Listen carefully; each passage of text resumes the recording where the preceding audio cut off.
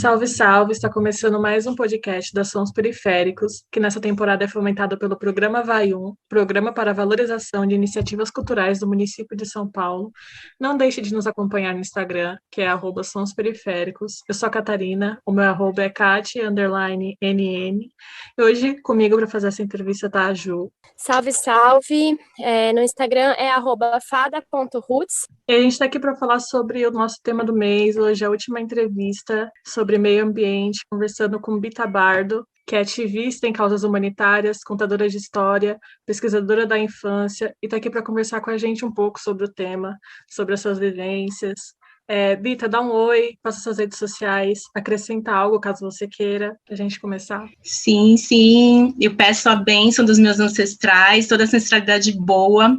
Peço licença aos jovens e aos velhos para estar nesse momento, feliz da vida, agradecida por essa oportunidade da fala. O meu Instagram é @BITTABARDO, Bita Bardo. E aí você se descreveu como ativista de causas humanitárias, você é pesquisadora da infância, contadora de história. Agora apresenta melhor, com as suas palavras, né, um pouco de cada atuação antes da gente entrar no tema que é o meio ambiente. Então, meninos e menines, eu sou pedagoga, mas uma pedagoga dos sentidos que se refere ao contato humanitário, né, holístico com as coisas que nos cercam, com a importância da vida. Sou professora da Prefeitura de São Paulo há 18 anos e professora há 22 anos, né, formada em magistério há 22 anos. Sou especialista em educação e direitos humanos pela Universidade Federal do ABC e também sou especialista em educação pela PUC do Rio Grande do Sul.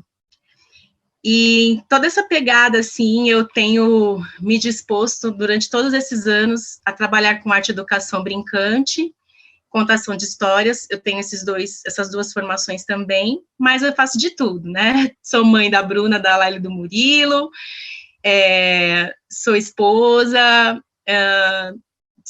pertenço a coletivas de pretos e pretas, a coletiva de mulheres uma chamada Caiana, né, que é a coletiva antirracista internacional de autocuidado entre mulheres, e assim, também sou autora, pesquisadora, escritora, pinto telas, assim, faço um monte de coisa, adoro. Tem muita coisa aí nessa cachola para trocar com a gente, ensinar, e além de contadora de histórias, como você é escritora, você também é autora, né, de contos. Como que você descobriu isso? Como que foi essa aproximação com a escrita? E já aproveito para colocar outra pergunta aqui. Sobre essa aproximação do tema do meio ambiente, nos seus contos autorais, você também tem esse objetivo de falar de natureza, do resgate com esse contato com a natureza? Sim, com certeza. A minha relação com a natureza e com a escrita, na verdade, é uma só. Quando eu tinha uns 8 aninhos de idade, eu tinha 3 vontades: ser escritora, ser poetisa e ser botânica. E isso tem tudo a ver com a escolha que eu fiz na minha carreira como formadora de pessoas, né? Como professora. Como professora, eu posso escrever, eu posso entoar cânticos, eu posso compor poesias e posso me aproximar e fazer outras pessoas se aproximarem da natureza. Né? Então, para mim, tem toda essa questão do encantamento. A minha relação com o meio ambiente, com a natureza, vem desde o ventre da minha mãe. Porque a minha mãe, ela sempre foi uma mulher das plantas. Aquelas pessoas que têm a mão boa para plantar, sabe? Então, a minha mãe, ela é essa mulher. E eu, desde o ventre dela, desde a barriga dela, também tenho esse cerne, né? Faz parte de mim, amar demais as coisas que são da terra. Também tem relação com a minha ancestralidade, sabe? A questão da minha avó Lourdes, ela era herveira, né? Aquela pessoa que sempre tem na ponta da língua a descrição de uma planta e para que ela serve, né? Como erva medicinal, como tempero, como essência, as raízes, né? As folhas secas, tudo isso tem tudo muito forte dentro de mim, né? Então, você já teve esse contato, essa inspiração, né, do meio ambiente com a sua família. Eu achei incrível quando você falou dos seus sonhos de menina, porque olha que mulher forte e potente que você realizou, né? Tava tudo aí, essa semente cresceu, brotou, e você realmente se tornou tudo o que você sonhava, mas você tem esses sonhos com a arte, com o meio ambiente, é, a gente entrar em contato com a origem do mundo, mas o mundo como está hoje é meio que nadar contra a maré, né? Tem muitos desafios assim. Então, eu queria saber quais foram, na sua experiência, os principais desafios para você acreditar nesses sonhos de contação de história, de trabalhar na educação, ainda mais de rede pública e levar essa proposta do contato com a natureza, quais foram e quais são, né, ainda, os desafios que você encontra para as suas atuações? Uau! Então, olha, meu contato com a natureza, desde a mais tenra idade, desde pequenininha, tem tudo a ver com a questão realmente da minha ancestralidade e também dessa herança que nós, povos periféricos, afro-brasileiros, recebemos da sociedade. Por que eu estou dizendo isso? Porque, enquanto afrodescendente, a minha vida não foi nada fácil. E eu costumo contar com muita coragem hoje em dia. Na verdade, são apenas 2 anos que eu comecei a contar essa história sobre mim e contos autorais que deflagram a angústia de uma criança preta, né? Então, eu morava no Jaçanã, zona norte de São Paulo, um bairro periférico, estudava numa escola pública, e eu era uma das poucas crianças pretas naquele tempo a entrar na escola, né? Então, era um ano de 1985, a Constituição Federal ainda não tinha sido promulgada, então, as pessoas pretas realmente eram raras na escola. E justamente por ser raro na escola, tem toda a questão do racismo estrutural, né, como se a gente chama hoje, que eu sofri, que eu senti na minha pele. Tive todo um apagamento por conta dessa sociedade que me tratou com hostilidade, onde eu via que ser preto era algo ruim. E juntamente com essa marca de não ser aceita na escola, por não ter material, por não ter livros didáticos, por não ter uniforme, né? Juntamente com isso, vem a questão de não ter brinquedos. Então, a minha relação com o quintal da minha avó era uma relação de cumplicidade, de acolhimento. Eu me via acolhida naquele terreno. E como eu não podia colecionar papéis de carta, bonequinhas moranguinho, bebezinho não sei o quê, que eram todas as coleções que as meninas da escola tinham, eu colecionava mudinhas de plantas, eu colecionava pedras. E hoje eu sei, aos 44 anos, que isso é coisa de gente preta, de gente que está sujeita, né, gente que está sujeita a ter de se reinventar o tempo todo. Então, eu não tinha esses brinquedos, eu não tinha os papéis de carta que eu tanto queria, não tinha as figurinhas que eram colecionáveis na época, mas eu tinha o quintal. Então, eu colecionava mudinhas de mangueira, né, eu pegava lá a semente da mangueira que os passarinhos tinham comido, do abacateiro, que o sabiá tinha bicado todo, eu limpava, e aí eu fazia esse processo, né, nos copinhos ou nos jarros, de criar mudinhas. Então, eu tinha mudas e mudas, e essa era a minha coleção. O desafio de estar na escola, né, como eu sou professora, né, há tantos anos, é justamente lidar com o sistema educacional que aprisiona, que até hoje, né, nós estamos no século XXI, até hoje o sistema educacional aprisiona, apaga, silencia essas mesmas crianças, em especial as crianças pretas, como eu, fazendo com que, ao ingressar na escola, todo aquele encantamento que eu falei para vocês, né, que eu queria ser escritora, poetisa e botânica, eu busquei forças em mim mesma e nas coisas da natureza, na terra, na água, nas pedras, nas plantas, para prosseguir, porque eu não tive apoio do sistema educacional, nem quando criança e muito menos enquanto educadora. E que nem estou dizendo para vocês, é só você colocar o pé na escola, que é realmente um sistema educacional. Para mim, eu falo, vou além, que eu digo que é um sistema prisional naturalizado e normatizado pela sociedade, onde você ingressa e você tem que ser apagado, esquecer de tudo que você é, tudo que você faz, para aprender coisas dos outros.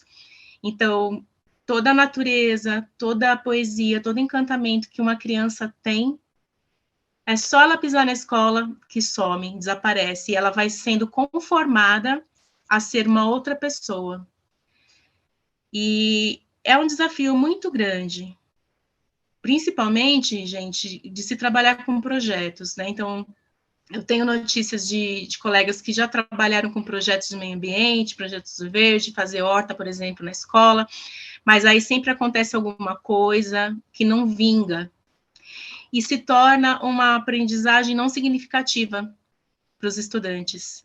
E causa uma frustração também, né? Tanto nos estudantes quanto nesses educadores que resolvem fazer algo diferente nesse sistema chamado educação. Eu queria comentar sobre isso porque é muito verdade, né? A Dani Cidinha, que a gente entrevistou também nesse tema, ela fez um projeto de horta. Então, pensa, você fica ali trabalhando a terra, construindo todo o projeto, e no período de férias escolar, concretaram tudo. Então, como que você volta, né, com o seu projeto? Ali era um laboratório que você estava fazendo, era um projeto que foi completamente atropelado, e a escola não teve nem o cuidado de comunicar que aquele espaço seria modificado para ela ter tempo de pensar em outro modelo de horta. Então, esse processo de apagamento, ele vem de cima, né? A gestão da escola nem considera aquilo, parece que está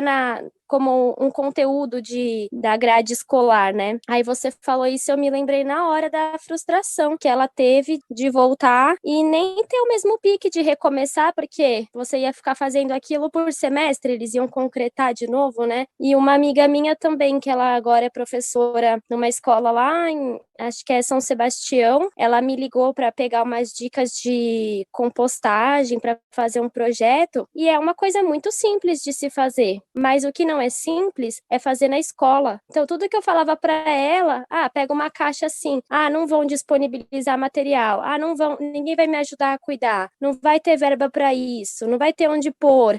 Então, a escola não recebe, né, esses projetos direito. Não, as escolas, elas não recebem esses projetos. Os professores e professoras que resolvem desenvolver alguma proposta são encarados muitas vezes como se estivessem matando o tempo. Infelizmente, no Brasil, eu não sei se é no Brasil inteiro, mas aqui em São Paulo, pelo menos eu enxergo isso nesses mais de 20 anos de magistério, que é um trabalho muito solitário, você desenvolver projetos, as pessoas não querem, né, na própria escola, não querem que você desenvolva um projeto, acham que é perda de tempo, não conseguem pensar em uma pluralidade de ideias, não conseguem convidar os estudantes, né, alunos não, eu estou abolindo essa palavra aluno do meu vocabulário, gente, porque aluno significa sem luz. Então, o que eu quero dizer para vocês é, a escola, ela é habilidosa no que ela faz, ela é muito habilidosa em destruir esses sonhos, em destruir experiências, em destruir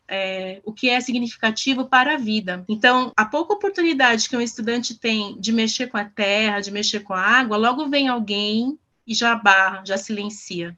né? E quem acaba persistindo em efetuar projetos como esse, acaba caminhando solitariamente. E essa questão mesmo de a pessoa vai desenvolvendo uma proposta junto com as crianças, né? Porque as crianças, elas são o motivo de se estar ali. A escola, ela existe porque ela tem crianças, porque ela tem estudantes. Senão, é só um mero concreto, né? É só um espaço. E a gente viu muito disso na pandemia, né, em 2020, no começo da pandemia, prédios e mais prédios abandonados, porque a essência desse prédio, o motivo de se estar ali são as crianças, né, são as pessoas. E essa falta de cuidado com um projeto que é desenvolvido com as crianças, com os estudantes, destruindo, né, sem comunicar, sem chamar, né, por exemplo, por que não chama, se vai precisar reformar um espaço, chama, né, o professor, a professora, conversa com as crianças, né, peça alternativas, que essas crianças, que esses professores consigam participar dessa construção ou da desconstrução de algo. Então, isso assim, é muito difícil, gera muita hostilidade entre os colegas, porque a maioria das escolas não trabalha com projeto, infelizmente, porque é mais fácil separar por disciplinas, né, como eles chamam, matemática, língua portuguesa, história, geografia, ciências, eles não conseguem trabalhar tudo junto, e trabalhar com projeto, você carrega essa essência de alinhar, né, de conectar todas essas áreas do conhecimento. Então, os professores, ainda que sejam jovens, né, muitos estão ingressando agora, mas ainda tem esse resquício da era colonial, né, de uma escola da era colonial. Então, as crianças continuam sentando uma atrás da outra, as crianças continuam não participando da construção da proposta, as crianças continuam não podendo brincar, mexer na água, mexer na terra, sentir o aroma das flores, das plantas, das árvores, quando vê aquela árvore lá, aquela amoreira que dava tanta frutinha, né, que as crianças gostavam de subir para pegar a amora, quando vê já está no chão. Então, assim, gente, é muito descaso, muito pouco caso com a vida, né, com a vida dessas crianças, dessas pessoas, e com a própria mãe natureza. Quando você vê, o cara já foi lá e já cortou. E o pior, né? Cortou e pronto. Né? Tem que cortar, vai cortar e pronto. Não importa se está cheinha de flores, não importa se está cheinha de frutos. Eles vão lá e passam por cima de tudo, né? É desgastante até fazer trabalhos, esses trabalhos solitários. É desgastante porque a gente quer acreditar no coletivo, quer acreditar que a escola, que o sistema educacional é um espaço de produção de saberes coletivos, mas infelizmente não é isso que acontece. Mesmo a gente estando tão aflito e machucado por conta da pandemia, as coisas permanecem do mesmo jeito. Eu achei interessante isso que você falou, que eu acho que a Cidinha também comentou sobre que tem um distanciamento, né, com a vida da Terra, seja as crianças com nojo dos bichos, tem um distanciamento, uma desconexão muito grande, né, atualmente. E também a escola tem uma questão, né, de uma hierarquização que só atrapalha, seja entre diretoria, alunos, professores, que não conseguem elaborar coisas juntos, juntar matérias e produzir algo novo. Então é interessante ver como você trabalhando com projeto tem uma outra visão, né? Uma visão de trabalhar as coisas mais em conjunto com outras matérias, entender que uma coisa não é só aquela caixinha fechada ali, né? Você comentou um pouco já sobre essas referências, né? A questão da sua mãe, da sua avó, mas você tem alguma outra referência no seu trabalho, no contato com a natureza que você queira comentar? Então, como pedagoga dos sentidos, para mim sempre foi muito importante que as crianças, eu sou professora de educação infantil há muito tempo, né? Mas mesmo no meu espaço como professora na EMF, que é a Escola de Ensino Fundamental, para mim criança é criança, né? Só mudou de prédio.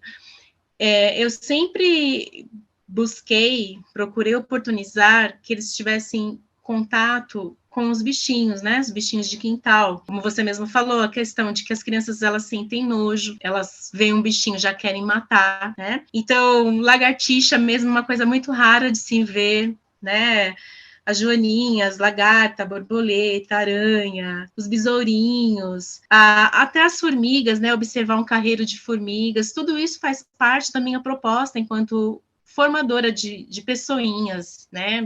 Eu sou uma pessoa que eu estou no ambiente escolar para formar outras pessoas, né? Numa concepção de colaboratividade mesmo, né? De autorresponsabilidade, de que as crianças elas mexam com a água, com a terra, com as plantas, que colham, né, os frutinhos, que façam comidinhas, que sintam o cheiro da terra molhada, de que muitas vezes quando a gente vai para o parque começa a garoar, eu falo, gente, vamos ficar um pouquinho aqui, né, porque essas crianças não tomam chuva, a gente não toma chuva mais, né, não sabe mais na nossa pele, como que é, né, esse sentido, como é que é sentir as gotas da chuva. Eu lembro quando eu era pequena, aqui em São Paulo, lá, hoje eu estou em Pirituba, né, mas lá, eu morava lá no Jaçanã, a gente viu o orvalho logo cedo, né, eu entrava cedo para a escola e via o orvalho, sabia, né, que era chegada essa hora, e era tão importante, era uma coisa assim, que fazia parte da minha conexão com a vida, né, com a história de vida.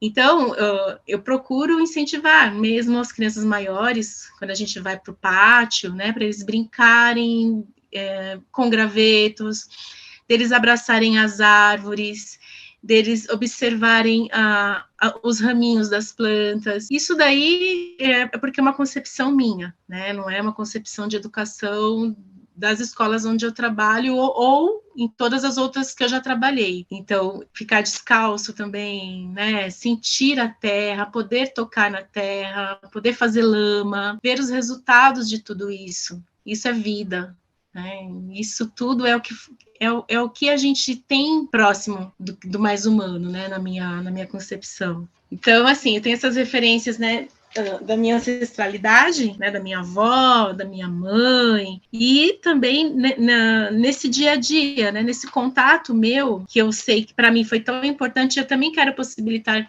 que outras crianças, que outras pessoas se lembrem disso, se lembrem da terra, se lembrem do canto dos pássaros, se lembrem das plantas, do desenvolvimento das plantas. Uma coisa que me choca bastante, que acontece até hoje, é a tal da plantação no algodão, né?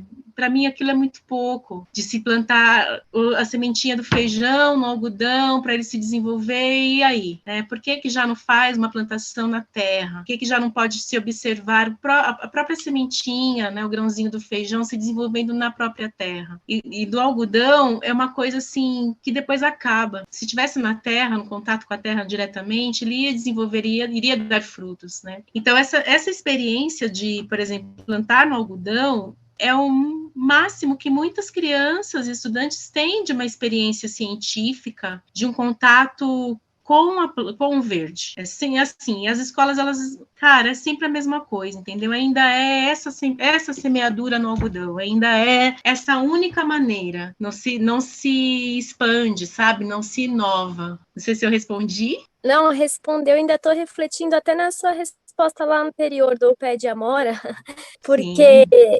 Eu participei de um projeto que ele era voltado para a horta, né, com as crianças. Porém, não é só o objetivo ali do projeto. Ah, é horta, então tá beleza. É como você conduz. Porque você também pode ter uma relação assim de criar uma distância até na hora de fazer uma atividade ligada à natureza, né? O que eu quero dizer com isso? Eles tinham que ir até a horta e fazer lá a rotina planejada, ou repor as mudas, ou regar, mas no caminho tinha um pé de amora. E a sensação para eles era passar pelo pé de amora e ficar pegando amora. Só que as outras profissionais que estavam conduzindo a atividade falavam, vamos, vamos, vamos, que a gente tem que ir para lá, né? E eles não conseguiam aproveitar o pé de amora cheio de amora. Por que não encurta? Né? Por que tem que seguir aquele planejamento? Por que não pode ter o dia de ir até o pé de amora comer amora, sabe? Eles já estavam dando ali pronto a atividade que eles queriam realizar. E às vezes os adultos, por terem uma visão já engessada de estou trabalhando, tenho que fazer o que está planejado, não tem abertura para esses imprevistos que, na verdade, você está vivendo, né? Então, eu ficava pensando nisso. Poxa, então traz para comemora. Essa vai ser a atividade, né? Deixa eles também participarem disso. E é o que você está falando, você teve tempo de criar essa sensibilidade, apesar de todos os desafios que você narrou, porque o quintal da sua avó, né? Ele te acolhia, ele te inspirava e te permitia ter esse espaço de aproveitar o que estava ali. E às vezes até nos lugares de educação que tem um espaço verde, não dá tempo das crianças terem um contato livre com aquele espaço, né? É sempre uma atividade que já está desenhadinha do que você tem que fazer. Nós precisamos, né, lutar para que o espaço da infância, o espaço de formação de pessoas, seja realmente um espaço deles. Isso precisa ser garantido, né? Para mim, assim, é um direito de aprendizagem, é o direito de ser quem você é, de se perceber. E é isso mesmo que você falou. Tem uma grade, né? É o nome, grade curricular ou tal do planejamento, um tal de plano de ação, de uma proposta, onde as crianças e os estudantes maiores, eles não têm vez. Não é um território que eles não podem opinar. Eles não podem dizer que eles gostariam de comer a frutinha, que eles gostariam de pegar e desenhar com aquela frutinha, porque nas instituições escolares, e eu falo isso com muito peso no meu coração, mexer com a terra é sujeira. Então, se a criança brinca com a terra, mesmo no espaço de educação infantil onde existem quintais, muitos professores e professoras, enfim, a equipe docente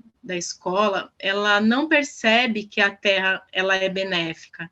Então, a terra é sujeira, mexer nas plantas é sujeira, mexer com água é desperdício, né? A gente pode, sim, ensinar as crianças, estar com as crianças no momento delas brincarem com água, porque a água, ela é importante, né? A gente pode pegar um pouquinho para brincar, deixar eles fazerem a lama, né? Construírem os castelos, e as escolas não permitem que isso aconteça, porque a terra, ela é suja. Ai, mas a mãe do fulano vai ficar brava porque ele foi sujo de terra. Ai, o pé da criança está sujo de terra, a mãozinha está suja de terra. Então, a gente encontra mesmo, eu como experiência em educação infantil, crianças que sentem asco de ficar descalças. Elas passam mal, elas dão chilique, elas choram, porque elas não querem pisar na grama, elas não querem mexer na terra, não querem brincar com areia, elas não querem, elas também, não conseguem. né? Oi? Quando eu trabalhei em escola, passava esses mesmos desafios com as atividades de arte. Ai, não pode sujar a blusa. Isso mesmo. Nossa, você falou tudo. Assim, não pode mexer com tinta, né? Então, ou então eles não podem escolher quais tintas eles querem usar. São sempre aquelas tintas que o adulto colocou, ofereceu, proporcionou. Então, eu sou aquela professorinha assim, né, que incentiva mesmo eles pintarem com a mão toda, não com o dedinho, né? Não, pinta com o dedinho, né? Não sei o que, com indicador, não. Eu falo, gente, lambuza a mão, entendeu? Vamos sentir a tinta na nossa mão, sentir o pincel no nosso rosto. Em relação às plantinhas mesmo, né? Vamos observar, né, esse movimento da água e das pétalas das flores, né? A criança pequena adora colher flor, né? E trazer para a professora. Ou levar para a mãe, né? Aí eu falo, vamos lá pegar uma bacia com água e fazer essa miscelânea. E eles ficam assim horas a fio, fazendo isso, porque isso é importante, né? Isso tem significado, e isso faz parte do marco identitário do ser humano, né? Da identidade, de quem se é, de quem se deseja ser, que não pode ser apagado. Eu costumo dizer que a escola é uma fábrica de apagamentos, porque eu sofri isso. Eu sofri isso, eu era uma quando eu entrei na escola, e a escola foi me formatando,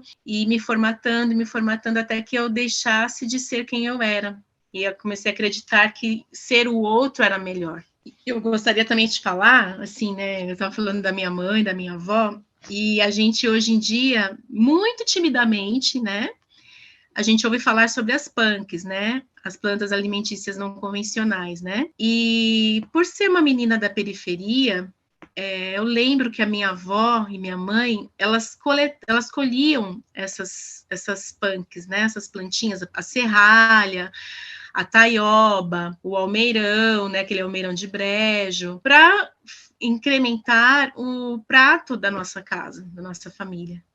Então, elas buscavam essas ervas para comer, né, para colocar, para servir para a gente. E hoje, até hoje, assim, eu tenho muita admiração, eu tenho muita vontade de cultivar, né, essas plantas, porque a gente até tem nas cidades, né, mas aí tem a questão da poluição, né, enfim, a questão dos animais que acabam fazendo xixi, né, nas plantinhas, tudo, né. Eu tenho esse desejo, né, de desenvolver, de fazer uma horta, né, com esse tipo de vegetação, sabe, gente? Eu tô torcendo por esse projeto.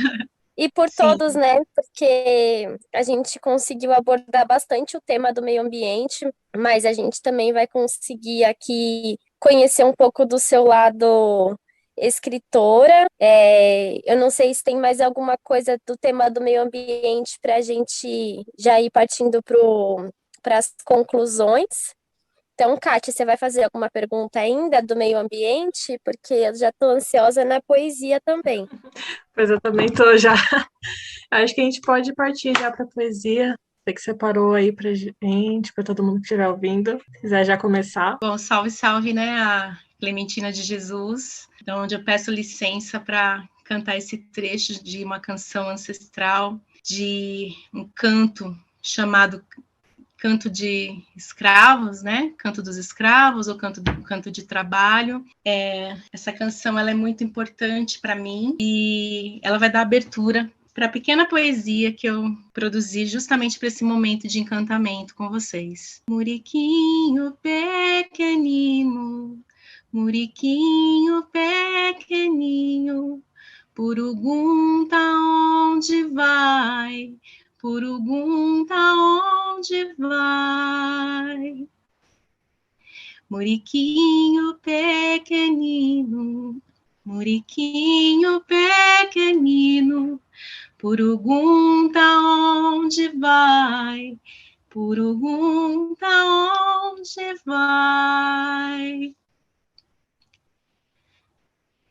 Toda criança deseja um quintal para brincar, cheinho de mato verde para poder nele pisar.